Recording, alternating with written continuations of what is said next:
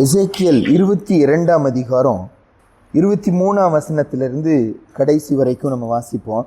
கர்த்தருடைய வார்த்தை எனக்கு உண்டாகி அவர், மனுபுத்திரனே, நீ தேசத்தை பார்த்து, நீ சுத்தம் பண்ணப்படாத தேசம், கோபத்தின் காலத்தில் மழை பெய்யாத தேசம் என்று அதற்கு சொல்லு. அதில் உள்ள தீர்க்கதரிசிகள் அதன் நடுவில் கட்டுப்பாடு பண்ணுகிறார்கள். கெர்ச்சிக்கிற சிங்கம் இரை கவுகிறது போல ஆத்துமாக்களை அவர்கள் பட்சிக்கிறார்கள். திரவியத்தையும் விலை உயர்ந்த பொருள்களையும் வாங்கி கொள்ளுகிறார்கள். அதன் நடுவில் அநேகரை விதவைகளாக்குகிறார்கள். அதன் ஆசாரியர்கள் என் வேதத்துக்கு அநியாயம் செய்து என் பரிசுத்த வஸ்துக்களை பரிசுத்த குலைச்சலாக்குகிறார்கள். பரிசுத்தம் உள்ளதற்கும் பரிசுத்தம் இல்லாததற்கும் வித்தியாசம் பண்ணாமலும் அசுத்தம் உள்ளதற்கும் அசுத்தம் இல்லாததற்கும் உண்டான வேற்றுமையை காண்பியாமலும் இருந்து என் ஓய்வு நாட்களுக்கு தங்கள் கண்களை மூடிக்கொள்கிறார்கள். அவர்கள் நடுவில் நான் கனஈனம் பண்ணப்படுகிறேன். அது நடுவில் இருக்கிற அதன் பிரபுக்கள் இறை கவுகிற ஓநாய்களைப் போல் இருக்கிறார்கள். அநியாயமாய் பொருள் சம்பாதிக்கிறதற்கு இரத்தம் சிந்துகிறார்கள். ஆத்துமாக்களை கொள்ளையிடுகிறார்கள். அதன் தீர்க்கதரிசிகள் அபத்தமானதை தரிசித்து பொய் சாஸ்திரத்தை அவர்களுக்கு சொல்லி, கர்த்தர் உரைக்காதிருந்தும் கர்த்தராகிய ஆண்டவர் உரைத்தார் என்று சொல்லி அவர்களுக்கு சாரமற்ற சாந்தை பூசுகிறார்கள். தேசத்தின் ஜனங்கள் இடுக்கண் செய்து கொள்ளையடித்து சிறுமையும் எளிமையுமானவனை ஒடுக்கி அந்நியனை அநியாயமாய் துன்பப்படுத்துகிறார்கள்.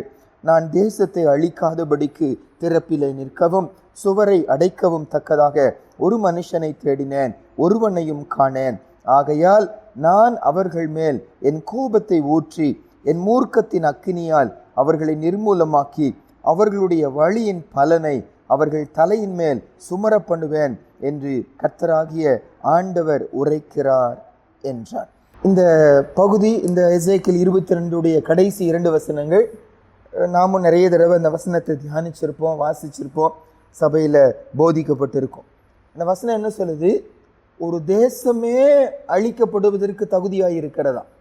ஆனால் ஒரு மனுஷன் ஆண்டவர் சமூகத்தில் நின்று அந்த தேசத்துக்காக ஜெபம் பண்ணும்போது ஆண்டவர் அந்த தேசத்தை அழிக்காமல் என்ன செய்ய முடியுமா? பாதுகாக்க முடியுமா? தேசம் முழுதும் பாவத்தில் போயிடுச்சு. தேசம் முழுதும்னா தேசத்திற்கு ஜனங்களை குறிக்குது. அப்போ எல்லாரும் பாவத்துக்குள்ளே போயிட்டாங்க. முடிவு கர்த்தருடைய பார்வையில் நியாய தீர்ப்பாய் நீதி உள்ளவராய் அந்த தேசத்துக்கு அழிவு தான் கொடுக்கணும். ஆனால் ஆண்டவருக்கு அழிக்க இஷ்டமே இல்லையா? யாராவது ஒருவராவது அந்த தேசம் அழிக்கப்படக்கூடாதுன்னு சொல்லி ஜெபிப்பாங்களான்னு ஏசப்பா என்ன செய்கிறாரா? காத்திருக்கிறாரா. அப்படி ஜெபிக்கும் போது அதான் வசனம் சொல்லுது, திறப்பிலே நிற்கவும் சுவரை அடைக்கவும் தக்கதாக. இந்த வார்த்தைக்கு அர்த்தம் என்னன்னாங்க, ஒரு தேசத்தை சுற்றி காம்பவுண்ட் வால் போடப்பட்டிருக்கிறது, எதிரினால் உள்ளே வர முடியவில்லை. ஆனால் பார்த்தா சடனாக அந்த இடத்துல ஒரு கேப் ஆயிடுச்சு. ஏதோ ஒரு விதத்தில் அந்த காம்பவுண்ட் சுவரில் ஒரு திறப்பு உண்டாயிடுச்சு, ஒரு கேப் உண்டாயிடுச்சு. அதன் வழியே எதிரி உள்ளே வர போகிறா. அப்போ யாரோ ஒருத்தர் உள்ளே போய் என்ன செய்கிறாங்க? தன்னுடைய உடலை அந்த நடுவில் வைத்து கொள்ளுகிறாங்க. எதிரி உள்ளே வராதபடி அந்த திறப்பை அடைத்து கொள்ளுகிறான். அந்த மாதிரி ஆவிக்குரிய மண்டலத்திலையும் சத்ரு உள்ளே வர பார்க்கிறான். ஏதோ ஒரு பகுதியில் உள்ள நுழைஞ்ச ஜனங்களை அழிக்க பார்க்கிறான். ஆனால் ஒரு தேவ மனுஷன் அந்த இடத்துல நடுவில் நின்று, ஆண்டவரே இவர்களை மன்னிங்க, இரக்கம் காண்பீங்க, இன்னும் கொஞ்ச நாள் டைம் கொடுங்க, அவர்கள் மனம் திரும்புவார்கள், இப்போ போனால் நரகத்துக்கு போயிடுவாங்களே, அவர்களை நாட்கள் கூட்டி கொடுங்க, இப்போ மரிச்சு போயிட்டா வருகையில் விடப்பட்டு போயிடுவாங்களே, நாட்களை கூட்டி கொடுங்க என்று சொல்லி ஜெபிக்கிற ஒரு மனுஷனை ஏசப்பா என்ன செய்யற தேடுகிறார் என்று சொல்லி இந்த பகுதி சொல்லுகிறத பார்க்கிறோம். இந்த நம்ம வாசிச்சு 23ஆம் வசனத்திலிருந்து வாசிக்கும் போது அந்த தேசத்தில் 5 வகையான கூட்டங்களை ஆண்டவர் காண்பிக்கிறார். அதாவது சரி, அது என்ன, அந்த வார்த்தை மட்டும் நம்ம வசனம் வாசிக்க வேண்டாம், ஆனால் அந்த வார்த்தைகளை மட்டும் கவனிப்போம் பாருங்க. எசேக்கியேல் 22ஆம் அதிகாரம் 25ஆம் வசனத்தின் ஆரம்பத்தில் பாருங்க, அதில் உள்ள தீர்க்கதரிசிகள்னு சொல்லி அவங்களுடைய குறைகளை சொல்லுகிறார். அவர்கள் என்ன செய்கிறாரு? கட்டுப்பாடு பண்ணுகிறார்கள்.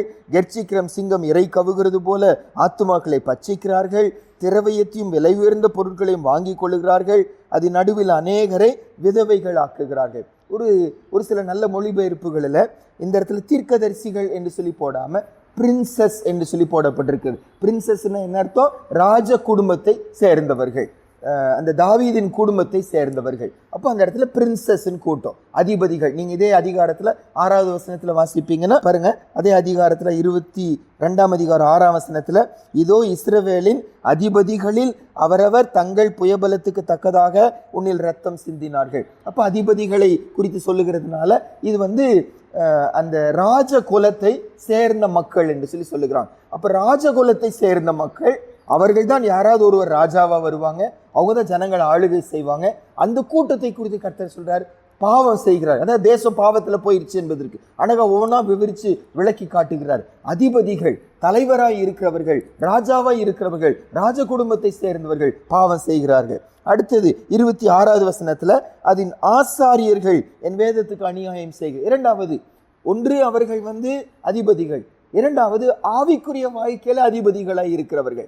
ஆசாரியர்கள் தான் முக்கியமான பங்கு, ஊழியர்கள் என்று சொல்வது போல, பாஸ்டர்ஸ் என்று சொல்வது போல, அந்த ஆசாரியராய் இருக்கிறவர்கள் கூட அடுத்தது என்ன செய்யறாங்க? பாவம் செய்கிறாங்க. மூன்றாவது கூட்டம் என்ன? 27வது வசனத்துல, அதன் நடுவில் இருக்கிற அதன் பிரபுக்கள் இறை கவுகிற ஓநாய்களை போல இருக்கிறார்கள். மூன்றாவது கூட்டம் பிரபுக்கள். பிரபுக்கள் வரும்போது அபிஷியல்ஸ் போட்டிருக்கு, அதாவது தேசத்தை நிர்வாகம் பண்ணுவதற்கு அதிகாரிகளாக வைக்கப்பட்டிருக்கிறாங்க. ஒவ்வொரு துறைக்கும் அதிகாரிகள் இருக்கிறாங்க. அரசாங்க அதிகாரிகள், அரசியல் அதிகாரிகள், முதல் கூட ராஜகூட்டத்தை சேர்ந்தவங்க, அடுத்தது ஆசாரியர்கள், அடுத்தது எல்லா வேலையும் செய்யக்கூடிய அதிகாரிகளா இருக்கிறவர்கள். அவர்களும் என்ன செய்யறாங்க? பாவம் செய்கிறாங்க என்று சொல்லி வாசிக்கிறோம். அடுத்தது 28ஆம் வசனத்துல தீர்க்கதரிசிகளை குறித்து சொல்லுகிறார்கள். தீர்க்கதரிசிகள் கர்த்தருடைய வசனத்தை சொல்லாம பொய்யாய் சொல்லுகிறாங்க. நான் சொல்லல, அவங்களே சொல்லுகிறாங்க. தீர்க்கதரிசிகளும் பாவத்துல இருக்கிறாங்க சொல்றாங்க. 29வது வசனத்துல பப்ளிக்க குறித்து சொல்லுகிறார். தேசத்தின் ஜனங்கள் இடுக்கன் செய்து கொள்ளையடைத்து சிறுமையும் எளிமையுமானவனை ஒடுக்கி அந்நியனை அநியாயமாய் துன்பப்படுத்துகிறார்கள். பாருங்க, 5 கூட்டத்தை குறித்து சொல்லுகிறார்கள். ராஜகோலத்தை சேர்ந்தவர்கள், ஆசாரியர்களாய் இருக்கிறவர்கள், அதிகாரிகளாய் இருக்கிறவர்கள், தீர்க்கதரிசிகளாய் இருக்கிறவர்கள், சாதாரண ஜனங்களாய் இருக்கிறவர்கள், எல்லாரும் பாவம் செய்கிறாங்க. ஆனா ஆண்டவர் சொல்றாரு, எல்லாரும் பாவம் செய்தாலும் ஒரு மகன், என்னுடைய மகன், அவன் கர்த்தருக்காக நின்று ஜபிக்கும் போது அந்த ஜபத்தை கேட்பேன், அந்த தேசத்தை நான் என்ன செய்ய மாட்டேன், அழிக்க மாட்டேன்னு சொல்லுங்க. ஆண்டுடைய ஏக்கம், ஒருவராவது கெட்டு போது அவருடைய சித்தம் அல்ல, ஒருவராவது நரகத்துக்கு போது அவருடைய சித்தம் அல்ல, அவருக்கு விருப்பமெல்லாம் ரட்சிக்கணும்னு சொல்லிதான். அப்ப பாவம் செய்த மக்கள், எல்லா கூட்டத்தின் மக்கள் எல்லாரும் பாவம் செய்தாலும் ஒரு தேவ பிள்ளை ஜபிக்கும் போது கர்த்தர் பாதுகாப்பாரானா? நம்ம குடும்பங்களுக்காக நம்ம ஜபிக்கும் போது ஆண்டவர் பாதுகாக்க மாட்டாரா? நம்ம குடும்பத்தில் இருக்கிற குடும்பத்தார், உறவினர்கள் ரட்சிக்கப்படாம நரகத்துக்கு போகிற சூழ்நிலை இருக்கும்போது ஒரு தேவ பிள்ளையா நம்ம நின்று ஜபிக்கும் போது நம்ம ஜபத்தை நிச்சயமா ஏசப்பா கேட்பார், ஆண்டவர் கிருபை கொடுப்பார். இந்த நம்பிக்கை இழக்காம தொடர்ந்து ஜபிக்கிறவர்களா இருக்கணும். இன்னைக்கு நம்முடைய தியானம் என்ன? இதுல 26வது வசனத்தை மட்டும் நம்ம வாசிக்க போகிறோம். 26வது வசனத்தை வாசிப்போம் பாருங்க, வாசிப்போம். அதன் ஆசாரியர்கள் என் வேதத்துக்கு அநியாயம் செய்து என் பரிசுத்த வஸ்துக்களை பரிசுத்த குலைச்சலாக்குகிறார்கள்.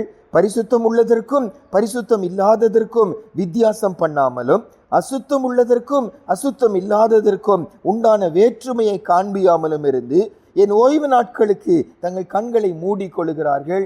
அவர்கள் நடுவிலே நான் கனஈனம் பண்ணப்படுகிறேன். அந்த வார்த்தை தான் இன்னைக்கு காலையில் பார்க்க போகிறோம்.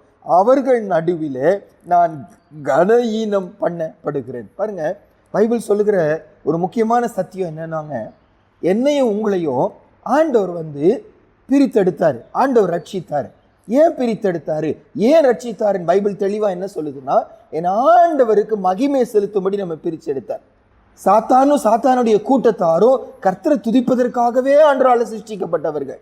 லூசிஃபருடைய தூதர்கள், அவருடைய முக்கியமான வேலை என்ன? ஆண்டவர் மகிமைப்படுத்துவது.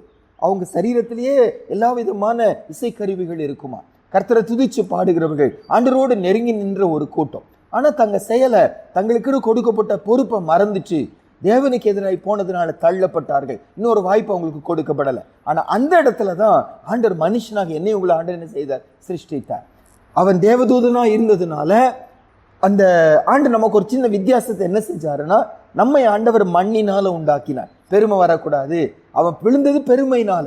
அப்ப நம்ம நினைவு கூறணும், நம்ம மண்ணிலிருந்து வந்தவர்கள் என்ற எண்ணம் இருக்கணும் என்பதற்காக மண்ணிலிருந்து நம்மளை ஏசப்பா என்ன செய்தார்? உண்டாக்கினார். பெருமை கொள்ளக்கூடாது. ஆனால் நம்முடைய அழைப்பு என்ன? தேவனை மகிமைப்படுத்துவது. ஏசாயா நமக்கு நல்லா தெரிஞ்ச வசனம் எடுக்க கூட வேண்டாம். ஏசாயா 43:21 வசனத்துல, இந்த ஜனத்தை எனக்கென்று ஏற்படுத்தினேன், இவர்கள் என் துதியை என்ன செய்வாங்க, சொல்லி வருவார்கள் என்று வாசிக்கிறோம். அப்ப நம்முடைய அழைப்பு என்ன? ஏன் ஏற்படுத்தப்பட்டாங்க? கர்த்தரை துதிக்கும்படியாய், கர்த்தரை மகிமைப்படுத்தும்படியாய், அவரை கனப்படுத்தும்படியாய். அதே அதிகாரத்தில் 7வது வசனத்துல என்னுடைய மகிமைக்கென்று நான் உருவாக்கி சிருஷ்டித்து படைத்தேன் என்று வசனம் சொல்லுது. நம்மை படைத்தது எதற்காக? அவரை மகிமைப்படுத்துவதற்காக. ஆனா இந்த இடத்துல பாரமா ஏசப்பா சொல்லுகிறாரு, என் ஜனத்தின் நடவடிக்கையினால நான் கனஈனம் பண்ணப்படுகிறேன். இன்னைக்கு நம்முடைய தியானம் என்ன? நம்முடைய அழைப்பு கர்த்தரை கனப்படுத்துவது. ஆனா ஆண்டவர் சொல்றாரு, நான் கனஈனம் பண்ணப்படுகிறேன். எதுனால? இந்த பகுதியில் 4 காரணத்தை சொல்றாரு. நம்முடைய லைஃப் நீ காலையில் ஆராய்ஞ்சு பார்த்துட்டு, ஆண்டவரே மகிமைப்படுத்த வேண்டிய நான் எந்தெந்த பகுதிகள் எல்லாம் உமக்கு நான் கனவீனப்படுத்துகிறேன் ஆராய்ந்து பார்ப்போம். முதல் காரியம், அந்த 26வது வசனத்துல, எசேக்கியேல் 22ஆம் அதிகாரம் 26வது வசனத்துல முதல் வார்த்தை போடப்பட்டிருக்கிறது, அதன் ஆசாரியர்கள் என் வேதத்துக்கு அநியாயம் செய்கிறார்கள். அதை சொல்லிட்டு தான் இறுதியில் சொல்றாரு, அவர்கள் நடுவில் நான் கனஈனம் பண்ணப்படுகிறேன். முதல் காரியம், வேதத்திற்கு அநியாயம் செய்கிறார்கள். வேதத்துக்கு அநியாயம் செய்கிறார்கள். ஆங்கிலத்தில் இந்த வார்த்தைக்கு அர்த்தம் என்ன போடப்பட்டிருக்குன்னாங்க, அந்த வசனத்துக்கு வயலன்ஸ் பண்ணுகிறாங்களா. என்ன அர்த்தம்னா, அந்த வசனம் வேற அர்த்தத்தோடு கொடுக்கப்படுகிறது. அந்த வசனம் ஆண்டவரால் எழுதப்பட்ட போது அதன் அர்த்தம் வேற. ஆனா ஏன் சொன்னாங்க, தங்க பாவத்துக்கு சாதகமாக இருக்கும்படி அந்த வசனத்தை தங்களுக்கு ஏற்றபடி என்ன செய்யறாங்க, எடுத்துக்கொள்ளுகிறாங்க, போதிக்கு வயன். இவர்கள் யார்? ஆசாரியர்கள்.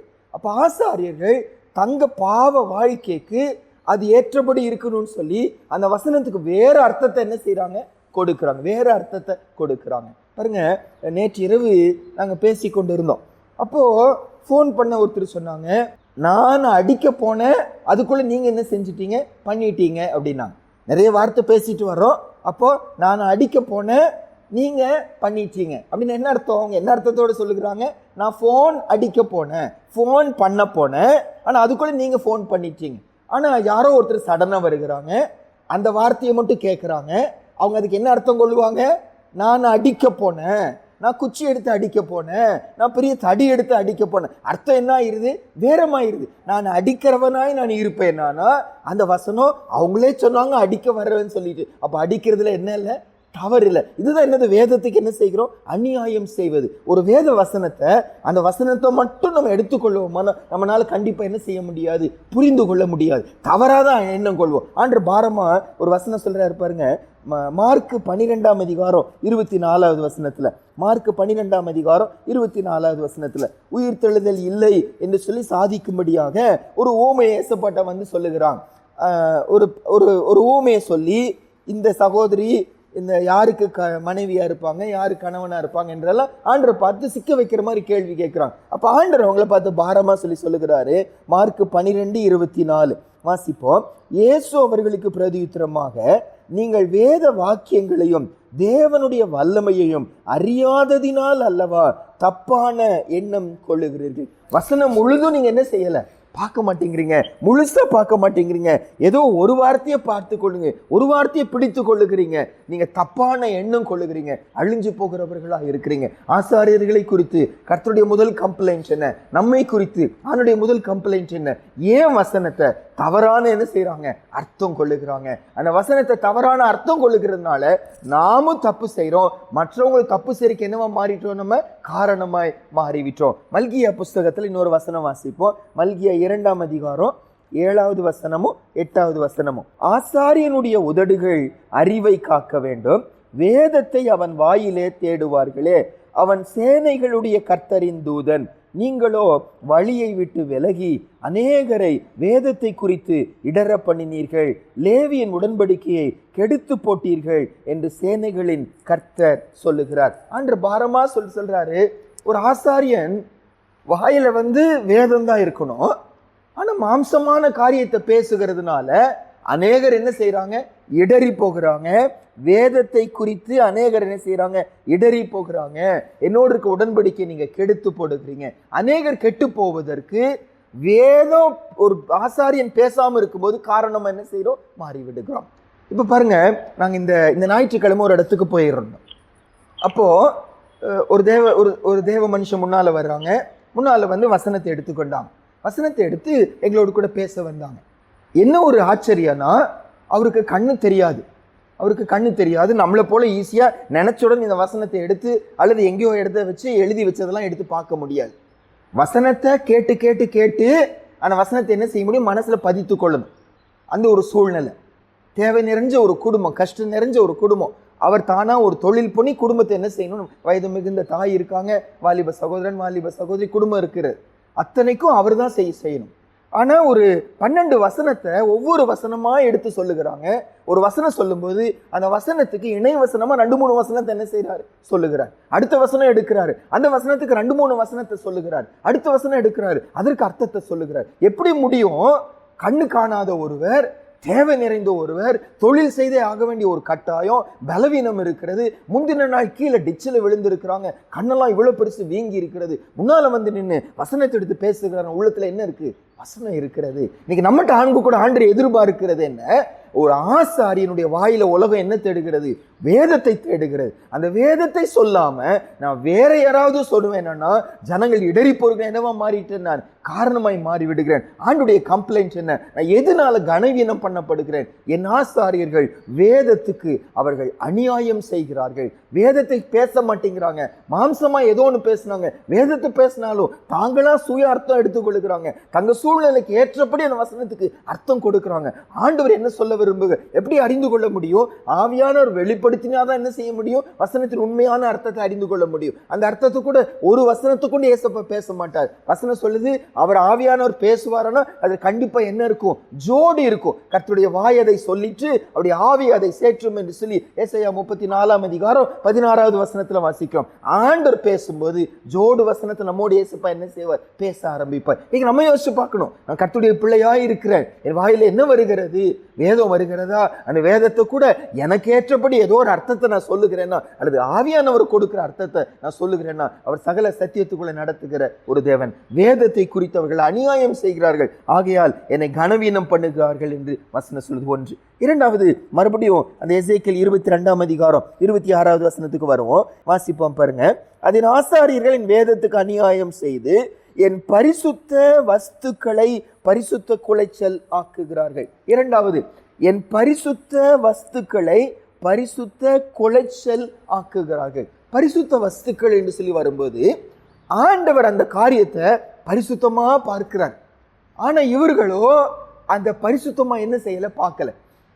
இங்கிலீஷ் பைபிள்ல இந்த வார்த்தைக்கு அர்த்தம் என்ன போட்டிருக்குன்னா, கர்த்தர் அதை ரொம்ப கனத்துக்குரியதா பார்க்கிறாராம். ஆனா இவர்களோ அதை சிம்பிளா என்ன செய்யறாங்க, எடுத்துக்கொள்ளுகிறாங்க. அதெல்லாம் ரொம்ப முக்கியம் இல்லைங்க, அதெல்லாம் ரொம்ப பெருசு இல்லைங்க. நான் ஒருத்தரோடு பேசி கொண்டிருந்தேன், ஒருவரை குறித்து கேட்டேன், இந்த வாரம் அவங்க வந்தாங்களான்னு சொல்லி கேட்டேன். அவங்க சொன்னாங்க, அவங்க எப்பவும் போலதான் பிரதர், ஒரு வாரம் விட்டு ஒரு வாரம் தான் என்ன செய்வாங்க, சபைக்கு வருவாங்க. அவங்க மனசுல வந்த ஒரு எண்ணம் என்ன, வார வாரம் சபைக்கு வரணும்னு என்ன இல்லை, அவசியம் இல்லை, ஒரு வாரம் விட்டு ஒரு வாரம் வந்தா போதும். சரி, அவங்க மட்டும் வருவதில்லை, அவங்க பக்கத்துல இருக்கவங்க கூட சொல்லுகிறாங்க, நீங்க வார வாரம் வரணும்னு எல்லாம் அவசியம் இல்லைங்க, நான் என்ன செய்யறேன் பாருங்க, ஒரு வாரம் விட்டு ஒரு வாரம் தான் வர்றேன், நீங்களும் என்ன செய்யறான், ஒரு வாரம் விட்டு ஒரு வாரம் வரலாம். தான் மகளை சபைக்கு கூட்டு வர மாட்டாங்க, தான் கணவனை சபைக்கு கூட்டு வர மாட்டாங்க, அவங்களும் கூட்டு வருது மட்டுமல்ல, பக்கத்துல இருக்கிறவங்களோடு பேசி கொள்ளுகிறாங்க, புதிய ஆத்துமாக்களோடு. நீ மட்டும் வந்தா கூட போதும், ஏன் கஷ்டப்பட்டு அவங்களெல்லாம் கூட்டிட்டு வர்ற, நீ மட்டும் வந்தா போது. தான் தவறு செய்வது மட்டுமல்ல, மற்றவங்களை என்ன செய்யறாங்க, தவறு செய்ய வைக்கிறாங்க. அது ரொம்ப முக்கியம் இல்லைங்க. அதான் ஏசப்பா பாரமா சொல்றாரு, என் பரிசுத்த வஸ்துக்களை பரிசுத்த குலைச்சல் ஆக்குகிறார்கள். அதே அதிகாரத்துல 8வது வசனம் பாருங்க, நீ என் பரிசுத்த வஸ்துக்களை அசட்டை பண்ணி என் ஓய்வு நாட்களை பரிசுத்த குலைச்சல் ஆக்கினாய், என் பரிசுத்த வஸ்துக்களை அசட்டை பண்ணுகிறாய். எபிரேயர் 10ஆம் அதிகாரத்துல சபை கூடுதலுக்கு நம்ம முக்கியத்துவம் கொடுக்காம போகும்போது அந்த வார்த்தை என்ன சொல்லுது, நான் இயேசுப்பாக சிலுவையில அறையப்பட்ட என் இயேசுவை என் காலின் கீழ் மிதிக்கிறேன்னா. வாசிப்போம், எபிரேயர் 10ஆம் அதிகாரம் 29வது வசனம். எபிரேயர் 10ஆம் அதிகாரம் 29. இங்க சபை கூடு இதை குறித்து தான் சொல்லிட்டு வர்றாரு. அசட்டை பண்ணாதீங்க, நியாய தீர்ப்பு வரும். அப்படி அசட்டை பண்ணிட்டா அதுக்கு அர்த்தம் என்ன? 29வது வசனத்துல, தேவனுடைய குமாரனை காலின் கீழ் மிதித்து தன்னை பரிசுத்தம் செய்த உடன்படிக்கையின் இரத்தத்தை அசுத்தம் என்று எண்ணி கிருபையின் ஆவியை நிந்திக்கிறவன் எவ்வளவு கொடிதான ஆக்கினைக்கு பாத்திரவானாய் இருப்பான் என்பதை யோசித்து பாருங்கள். ஏசப்பாவுடைய கிருபையாய் நமக்கு கொடுத்த சபை கூடுதலை அசட்டை பண்ணும்போது 3 காரியம் நடக்குதுன்னு ஆண்டவர் சொல்றாரு. தேவனுடைய குமாரனை காலின் கீழ் என்ன செய்யற? நீங்க மிதிக்கிறீங்க. 2வது சொல்றாரு, பரிசுத்தம் செய்த உடன்படிக்கையின் ரத்தத்தை அசுத்தம் என்று எண்ணுகிறீங்க. 3வது, கிருபையின் ஆவியை நீங்க நிந்திக்கிறீங்க. இது நடுவில் ஒரு வார்த்தை போடப்பட்டிருக்கு பாருங்க, தங்களை பரிசுத்தம் செய்த ரத்தத்தை அசுத்தம் என்று எண்ணுகிறாங்க. ஆங்கிலத்தில் என்ன போட்டிருக்கு? அசுத்தம் சொல்லி போடாம they consider it as common. அந்த விலையேறப்பட்ட ரத்தத்தை கனத்துக்குரியதா பார்க்காம அதெல்லாம் ஒண்ணும் இல்லைங்க, அதெல்லாம் பெருசு இல்லைங்க, அதெல்லாம் சிம்பிளா எடுத்துக்கொள்வேன். அதுதான் அங்க எசேக்கியேல் 22:26 வசனத்துல என் பரிசுத்த வஸ்துக்களை பரிசுத்த கொலைச்சல் ஆக்குகிறார்கள். ஆண்டதுக்கு அவ்வளவு கனத்தை கொடுக்கிறார். இவர்களும் அதை சாதாரணமா என்ன செய்யறாங்க? எடுத்துக்கொள்ளுகிறாங்க. இப்ப நம்ம சபையை குறித்து வெளியே சொல்லக்கூடிய ஒரு குற்றச்சாட்டு என்னன்னாங்க, எல்லாம் நல்லா இருக்குங்க, பாட்டு நல்லா இருக்கு, பிரசங்கம் நல்லா இருக்கு, எல்லாம் நல்லா இருக்கு, ஆனா அப்பம் பிற்குதல் நேரம் மட்டும் இவங்க ரொம்ப சிம்பிளா எடுத்துக்கொள்ளுகிறாங்க, ரொம்ப சாதாரணமா எடுத்துக்கொள்ளுகிறாங்க. என்ன சொல்லுகிறாங்க? பாவம் செய்யறாங்க, கொஞ்சம் கூட பயமே இல்லாம வந்து அப்பத்துல கலந்து கொள்ளுகிறாங்க, ஞான ஸ்நானமே எடுக்கல, அப்பத்துல கலந்து கொள்ளுகிறாங்க. நம்முடைய தீர்மானம் என்ன? நம்ம சொல்லுகிற காரியம் என்ன? ஒரு ஆத்துமாவை செய்யாதுன்னு சொல்றது நமக்கு என்ன இல்லை, நமக்கு உரிமை இல்லை. கர்த்தருடைய வசனத்தை நம்ம சொல்லுகிறோம், அந்த வசனத்தின்படி அவங்க தங்களை என்ன செய்யறாங்க? நிதானித்து பார்க்கிறாங்க. இந்த வசனத்தை அசட்டை பண்ணினா நித்திய நரகம் தான் உங்களுக்கு வரும். நம்ம வசனத்தை சொல்லுகிறோம், வசனத்தின்படி ஆராய்ந்து பார்த்து தன்னைத்தானே நிதானித்து அறிந்து இந்த அப்பத்துல ரசத்துல நீங்க என்ன செய்யுங்க? கலந்து கொள்ளுங்கன்னு சொல்லுவோம். நம்ம கட்டாயப்படுத்துவது இல்லை. ஆனா இதை சிம்பிளா எடுத்துக்கொள்வோமானா வசனம் சொல்லுது, என் ஜனங்கள் என்னை என்ன செய்யறாங்க? கனவீனம் பண்ணுகிறாங்க. அது பரிசுத்தம் உள்ளது. நம்ம சபையாய் கூடுவது அப்பத்துல கலந்து கொள்வதற்காக. அந்த அப்பத்துல கலந்து கொள்வது எதற்காக? ஏசப்பா நமக்காக அடிக்கப்பட்ட, சிலுவையில் அடிக்கப்பட்ட அந்த காரியத்தை நம்ம நினைவு கூறுகிறோம். அப்போ இது நான் பாவத்தை சரிபடுத்தி கொள்ளாம, பாவத்திலிருந்து விடுதலை ஆகாம அதே பாவத்தை முடிச்சு போய் திரும்பி செய்ய போறேன். அப்ப நான் அதில் கலந்து கொள்வேனா? அதை சிம்பிளா எடுத்துக்கொள்ளுகிறேன், அதை சாதாரணமா எடுத்துக்கொள்ளுகிறேன். அதெல்லாம் எனக்கு ஒன்றும் ஆகாதுங்க, ஏசப்பா எனக்கு ஒன்றும் செய்யலை. ஆண்டவர் ஒன்றும் செய்யலன்னு இல்லை, அவர் நம்ம மேல என்னவா இருக்கிறாரு? நீடிய பொறுமையா இருக்கிறார். பிரசங்கி புஸ்தகத்துல தான் வாசிக்கிறோம், 8:11 வசனத்துல, துர்க்கிரியைக்கு தக்க தண்டனை சீக்கிரமாய் வராததினால் மனுபுத்திரரின் இருதயம் பொல்லாப்பு செய்ய துணிகரம் கொண்டிருக்கிறது. ஆண்டவர் கோபப்படலன்னு இல்லை, ஆண்டவர் வசனம் மாறிச்சுன்னு இல்ல, ஆண்டவர் பார்க்காம விட்டுட்டாரு, சிம்பிளா எடுத்துக்கொண்டாரு இல்ல, நாட்களை கூட்டி கொடுக்கிறாரு, கிருபையை கொடுக்கிறாரு, மனம் திரும்ப வைக்கிறாரு. நான் தொடர்ந்து போய்கொண்டே இருந்தேன்னா சடன ஒரு நாள் வரும், சடுதியில நம்ம என்ன செஞ்சிருவோம்? அழிவுக்குள்ள போயிருவோம். அப்போ 2வது ஆசாரியர்களை குறித்து அவனுடைய கம்ப்ளைண்ட் என்ன? பரிசுத்த வஸ்துக்களை பரிசுத்தமா பார்க்காம அதை சிம்பிளா காமனா சாதாரணமானதா அவங்க கன்சிடர் பண்ணுகிறாங்க. அதனால கனவீனம் பண்ணப்படுகிறான். 2வது. 3வது, எசேக்கியேல் 22 அந்த 26வது வசனத்தை மறுபடியும் ஒரு விஷயம் வாசிப்போம். அதன் ஆசாரியர்கள் என் வேதத்துக்கு அநியாயம் செய்து என் பரிசுத்த வஸ்துக்களை பரிசுத்த கொலைச்சலாக்குகிறார்கள். பரிசுத்தம் உள்ளதற்கும் பரிசுத்தம் இல்லாததற்கும் வித்தியாசம் பண்ணாமலும் அசுத்தம் உள்ளதற்கும் அசுத்தம் இல்லாததற்கும் உண்டான வேற்றுமையை காண்பியாமலும் இருந்து. 3வது என்னன்னா, ஒரு ஆணுடைய பிள்ளை லைஃப்ல பார்க்கும்போது எது பரிசுத்தம் எது பரிசுத்தம் இல்லை என்பதை ஜனங்க என்ன செய்யணுமா? பார்க்கணுமா? அழகா டிஃபரன்ஷியேட் பண்ணி காமிக்கணும். இது தப்பு, இதை நான் என்ன செய்ய மாட்டேன்னா செய்ய மாட்டேன், இது பாவம், இந்த காரியத்தை நான் ஈடுபட மாட்டேன், ஒரு நாள் செய்வது ஒரு நாள் செய்யாம போவது அப்படின்னா அதுக்கு நான் முக்கியத்துவம் கொடுக்கல, அதை நான் வித்தியாசம் பண்ணி காமிக்கல. கர்த்தருடைய பிள்ளைன்னா மரணம் வரைக்கும் இதை தொடமாட்டேன்னு இதை தொடமாட்டேன், இதை செய்ய மாட்டேன்னு நான் செய்ய மாட்டேன், இது கர்த்தருடைய பார்வையில் அசுத்தம், நான் இதுல ஈடுபட மாட்டேன். ஒரு நாட்களில் அசுத்தம், ஒரு நாள்ல பரிசுத்தம் சொல்லி சொல்லுவோம்னா வித்தியாசத்தை நான் என்ன செய்யல? நான் காட்டல. யார் இருக்கிறாங்களோ இல்லையோ இந்த காரியத்தை நான் கேட்க மாட்டேன், இந்த காரியத்தை நான் பேச மாட்டேன். கர்த்தர் பார்க்கிறார், அவர் பார்வையில் இது அசுத்தம், அவர் பார்வையில் இது பரிசுத்தம். அந்த உணர்வோடு கூட நாமும் வாழணுமா? ஜனங்களுக்கு அதை என்ன செய்யணுமா? காண்பிக்கணுமா? ஒரு ஆசாரியன் அப்படி இருக்கணுமா? அந்த ஆசாரியனுடைய வாழ்க்கை பார்க்கும்போது எது பரிசுத்த வாழ்க்கை, எது அசுத்த வாழ்க்கை அறியணுமா? கொரிந்தியர் புஸ்தகத்துல சொல்லும் போதுங்க, ஒரு தேவ பிள்ளையுடைய வாழ்க்கை ரட்சிக்கப்படுகிறவர்களுக்கு ஜீவ வாசனையா இருக்குமா? அப்படின்னு என்ன அர்த்தம்? ரட்சிக்கப்படுகிற கூட்டத்துக்கு நம்ம வாழ்க்கை இன்னும் உற்சாகப்படுத்துமா? அவர்களை போல நானும் ஜெபிக்கணும், அவர்களை போல இன்னும் பரிசுத்தமா வாழணும், அவர்களை போல நம்ம மன்னிக்கணும். நம்ம வாழ்க்கை அவங்களுக்கு இன்னும் என்ன செய்யுமா? சந்தோஷத்தை கொடுக்கும், ஜீவனுக்குள்ள பிரவேசிக்க வைக்குமா? அது இன்னொன்று வாசிக்கிறோம், கெட்டு போகிறவர்களுக்கு அது மரண வாசனையா இருக்குமா? நம்மளை பார்க்கும்போது ஐயா நான் அப்படி இல்லையே, நான் நரகத்துக்கு தானே போக போறேன், அவங்க தேவனுடைய பிள்ளை, அவங்க தேவனுடைய ஊழியர்கள், அவங்க சபைக்கு போறாங்க, அவங்க வாழ்க்கை எவ்வளவு பரிசுத்தமா இருக்கிறது, நான் அப்படி இல்லையே, அப்ப நான் நரகத்துக்கு தான் போக போறேன்னா இங்க ஒரு பயம் உங்களுக்குள்ள வர ஆரம்பிக்குமா? அழக வித்தியாசம் பண்ணுவாங்களா? நம்ம லைஃப் எப்படி இருக்கிறது? பரிசுத்தத்துக்கும் பரிசுத்தம் இல்லாததற்கும், அசுத்தம் இல்லாததற்கும் வித்தியாசம் காட்டுகிறவர்களா நம்ம இருக்கிறோமா? அல்லது வித்தியாசமே இல்லாம அதுவும் செய்வோங்க இதுவும் செய்வோங்க, யாரா இருந்தா அப்படி செய்வேன், யாரும் இல்லைன்னா இப்படி செய்வேன், அப்படியா நம்முடைய லைஃப்? யார் இருக்கிறாங்களோ இல்லையோ, கர்த்தருக்கு பிரியமில்லாத ஒண்ணு நான் பார்க்க மாட்டேன், நான் செய்ய மாட்டேன், பரிசுத்தத்தை நான் ஈடுபடுவேன் என்று சொல்லுகிறவர்கள் ஆசாரிகள். இயேசுப்பா சொல்லுகிறாங்க, அவங்க வித்தியாசமா வாழல, வித்தியாசத்தை காட்டல. ஆகையால என்ன அவங்க என்ன செய்யறாங்க? கனவீனம் பண்ணுகிறாங்க. நம்ம வசனம் வாசிப்போம். எரேமியா புஸ்தகம் 15ஆம் அதிகாரத்துல 19வது வசனம் வாசிப்போம் பாருங்க. இது நிமித்தம் நீ திரும்பினால் நான் உன்னை திரும்ப சீர்படுத்துவேன், என் முகத்துக்கு முன்பாக நிலைத்தும் இருப்பாய். நீ கீழ்ப்பானது நின்று விலையேற பெற்றதை பிரித்தெடுத்தால் என் வாய் போல் இருப்பாய். நீ அவர்களிடத்தில் திரும்பாமல் அவர்கள் உன்னிடத்தில் திரும்புவார்களாக என்று கர்த்தர் சொல்லுகிறார். தெளிவா இயேசுப்பா சொல்றாரு, நீ தீழ்ப்பானதிலிருந்து, தீட்டுப்பட்டதிலிருந்து, பாவமான காரியத்திலிருந்து விலையேற பெற்றதை பிரித்தெடுத்து வாழ்ந்தா என் வாய் போல நீங்க என்ன செய்வீங்க? இருப்பீங்க. பாவ நிறைஞ்ச ஒரு உலகம் தான், பாவ நிறைஞ்ச மக்கள் தான். அந்த மாதிரி மக்கள் மத்தியில தீட்டானது இது, நான் இதை செய்ய மாட்டேன்னு சொல்லி பிரித்தெடுத்து விலையேற பெற்ற கர்த்தர் பார்வையில் விலையேற பெற்றதை செய்கிறவர்களா நம்ம இருக்கும்போது ஆண்டவர் பார்வையில் கனம் உள்ளவர்களா மாறும். அப்படி இல்லாம அட்ஜஸ்ட் பண்ணி வாழுகிற வாழ்க்கை, இதுவும் செய்யலாங்க அதுவும் செய்யலாங்க, அப்படியே செய்யலாம் அப்படியே செய்யலாம் என்றெல்லாம் நம்ம அப்படி பேசுகிறவர்களா நடக்கிறவர்களா நம்ம இருப்போம்னா ஆண்டுடைய பார்வையில அவர்கள் தீட்டானவர்கள், என்னை கனவீனம் பண்ணுகிறாங்க. வசனத்துல வாசிக்கிறோம். கடைசியா எசேக்கியேல் 22ஆம் அதிகாரம் 26வது வசனத்துல இன்னொரு காரியத்தை சொல்லி முடிக்கிறார் பாருங்க.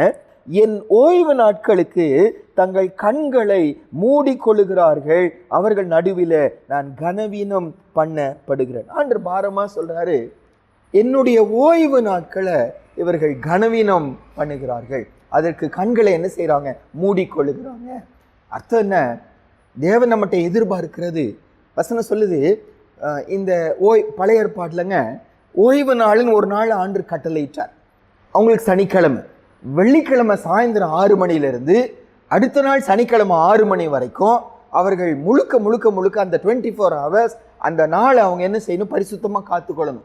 வீட்டில் விறகு எரிக்கக்கூடாது, சொந்த வேலையா செய்யக்கூடாது, சொந்த பேச்சை கூட பேசக்கூடாது. முழுக்க முழுக்க முழுக்க ஆண்டவரை நினைவு கூறணும், ஆண்டவருடைய காரியங்களை குறித்து பேசணும், ஆண்டவர் சமூகத்துல உட்காரணும். அந்த முழு நாள் அவங்களுக்குன்னு சொந்தம். இன்னைக்கு புதிய ஏற்பாடுல நம்ம அந்த சனிக்கிழமைங்கிறத மாதிரி ஆண்டவர் உயிரோட எழுந்த நாளை நம்ம என்ன செய்யறோம்? இன்னைக்கு ஓய்வு நாளா அனுசரிக்கிறோம். அப்ப அவர்கள் முந்தின நாள் 6 மணியிலிருந்து அடுத்த மாலை 6 மணி வரைக்கும் ஓய்வு நாளா ஆசரிக்கிறான். இப்ப புதிய ஏற்பாடுல நானும் நீங்களும் அது எப்படி நம்ம எடுத்துக்கொள்கிறோம்?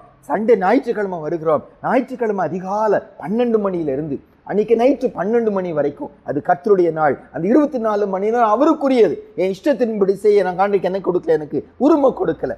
ஆனால் இவர்கள் என்ன செய்யறாங்க? ஓய்வு நாளுக்கு தங்க கண்களை மூடிக்கொள்ளுகிறாங்க. அப்படின்னா என்ன அர்த்தம்? அந்த நாள்ல தப்பு செய்யலாம், அந்த நாள்ல பூமிக்குரிய காரியத்தில் ஈடுபடலாம், அந்த நாள்ல ஃபங்க்ஷன் செய்யலாம், அந்த நாள்ல ஸ்கூலுக்கு போகலாம், அந்த நாள் காலேஜுக்கு போகலாம், அந்த நாள் வேலைக்கு போகலாம், அந்த நாள் சொந்தக்காரர்களை சந்திக்கலாம் என்று சொல்லி ஓய்வு நாள் சத்தியத்திற்கு கண்கள் என்ன செய்யறாங்க? மூடிக்கொள்ளுகிறாங்க.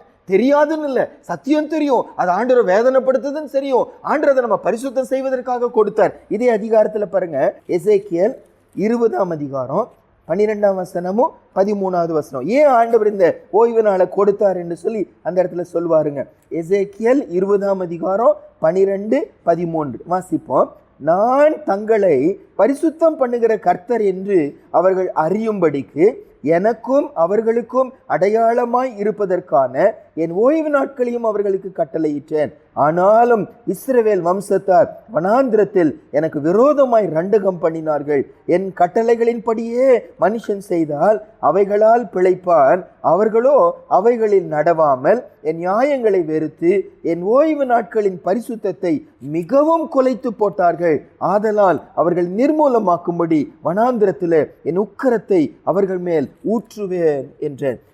நான் அவர்களை பரிசுத்தம் பண்ணுகிற கர்த்தர் என்பதை அந்த நாள் அவங்க என்ன செய்வாங்க? அறிந்து கொள்வாங்க.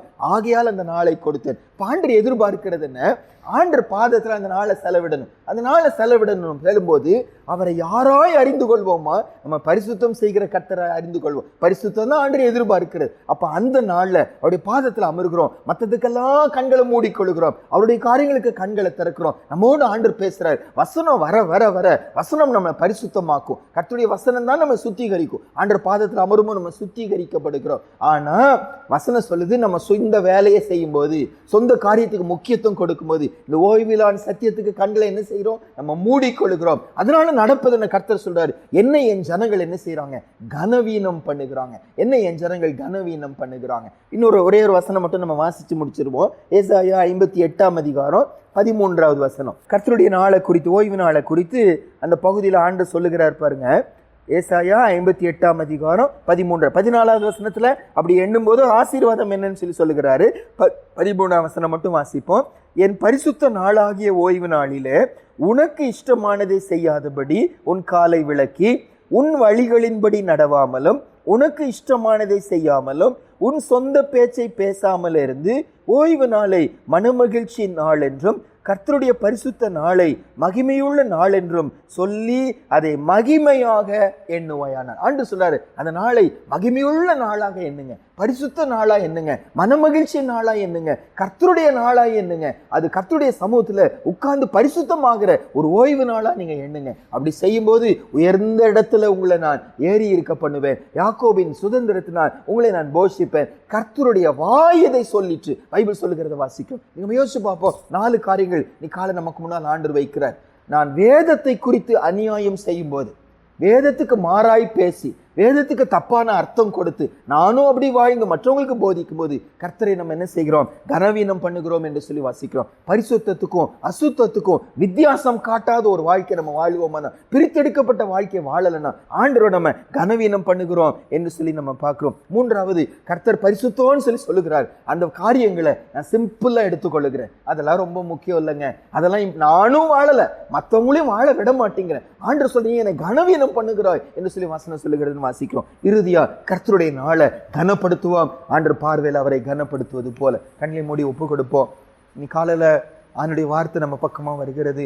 ஆரம்பத்துல பார்த்தோம், ஒரு மனிதனாய் திறப்பில நிற்கவும் சுவரை அடைக்கவும் தக்கதாக பரிந்து பேசுகிறவர்களா நம்ம இருக்கும்போது நம்ம ஜெபத்தை ஆண்டவர் கேட்கிறார். ஏன்னா ஆண்டவர் அவ்வளவு இரக்கம் உள்ளவர். ஒரு ஆத்துமா நரகத்துக்கு போவதை பார்த்துட்டு சும்மா இருக்க முடியாது. ஆனா அவர் நீதி உள்ளவர், அவர் நீதி செய்யணும். ஆனா அந்த மனுஷன் சார்பா, அந்த சகோதரி சார்பா, அந்த குடும்ப சார்பா, அந்த தேசம் சார்பா ஒரு தேவ பிள்ளை கர்த்தர் சமூகத்துல நிற்கும் போது அந்த ஜெபத்தை ஆண்டவர் கேட்கிறாரா? அழிவை வராதபடி தள்ளி போடுகிறார் என்று சொல்லி பார்க்கிறோம். நம்மகிட்ட ஆண்டவர் எதிர்பார்க்கிறாரு அப்படி பரிந்து பேசணும்னு சொல்லிச்சு. 2வதா ரொம்ப முக்கியமா பார்த்தோம், கர்த்தரை கனப்படுத்த வேண்டிய நான் கர்த்தரை கனவீனம் பண்ணுகிறவர்களா நம்ம இருக்கிறோமா? வேதத்தை குறித்து அநியாயம் செய்கிறோமா? அவர் பரிசுத்தம் என்று சொல்லுகிற காரியங்களை ரொம்ப சிம்பிளா சாதாரணமா எடுத்துக்கொள்ளுகிறோமா? ஒரு பிரித்தெடுக்கப்பட்ட வாழ்க்கை நம்ம வாழ்க்கையில இல்லையோ? கர்த்தருடைய நாளை அசட்டை பண்ணுகிறோமா? ஆராய்ந்து பார்த்து அந்த இதெல்லாம் குறை இருக்கு, எங்களை மன்னிங்க, வருகிற நாட்களில் உம்மை கனப்படுத்துகிற கூட்டமா எங்களை மாற்றணும். மகா பரிசுத்தம் உள்ள எங்க நல்ல தகப்பனே, ஆண்டவரே, இந்த கால வேளைக்காக நாங்கள் நன்றி செலுத்துகிறோம். அப்பா, எங்களை ரட்சித்த காரணம், எங்களை பிரித்தெடுத்த ஒரு நோக்கம், இதுவரைக்கும் அழகா நடத்திட்டு வந்த ஒரு காரணம், நாங்கள் உங்களை கனப்படுத்தணும்ப்பா, உண்மை மகிமைப்படுத்தணும், உங்க துதியை சொல்லி வரணும். அப்படி மகிமைக்கென்றே எங்க உருவாக்கி சிருஷ்டித்து படைச்சிருக்கிறீங்க சுவாமி. எத்தனை தடவை இந்த நோக்கத்தை மறந்து போய் விடுகிறோம் சுவாமி.